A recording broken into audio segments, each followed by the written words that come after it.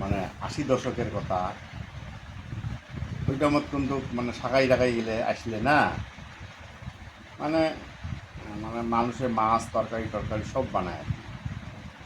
বহুত টাইম লাগে, মানে 10টাতে 11টাতে ভাত চড়ে যায়, ভাত হতে 3টে 4টে বাজে, বুঝেছি শাকার মানে আইটেম বানাইতে পারে। হুম তা কিন্তু আশেপাশে গ্রাম থেকে গরিব মানুষগুলো থাকে না, হুম শাকাই আসলে ওমরা মানে সারাদিন ওটি কেন মানে ঘুর বেড়বে, হুম ওই ওমার বাড়িতে ঘুর বেড়বে কী কী বানায় কী কী না বানায় ওলে দেখতে, আর শাকাই গ্যাঙ্গরি ভাত খায় ওলেও দেখতে হুম আসিয়া মানে শাকাই তো ওই পাকঘরত দেয়, আগত তো মানে বড় ঘরত খাওয়ার কোনো টেবিল ডাইনিং টেবিল টেবিল না আছে, হুম তা ওই পাকঘরতে পিড়েত দেয় বসবে, বসিয়া শাকাই টাই মানে ভাত টাত খেয়ে আসে।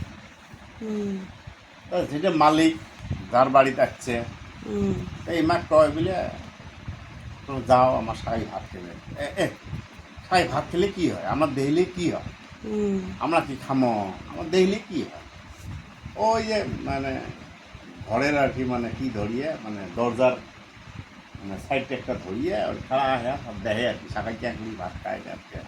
হুম তা শাকাই তো প্রথমে কি দিছে, ডাইল দিছে, ডাইল দিয়ে খাই শাকাই, হুম তারপরে ফির মাংস দিছে, মাংস দিয়ে খাই, দেখে তো রুই মাছের চাহা বড় বড় দিছে, এর পুরে লোভ লাগিয়ে গেছে। তাহলে শাকাই কয় যে আমার ছওয়া না রুই মাছ খায় না।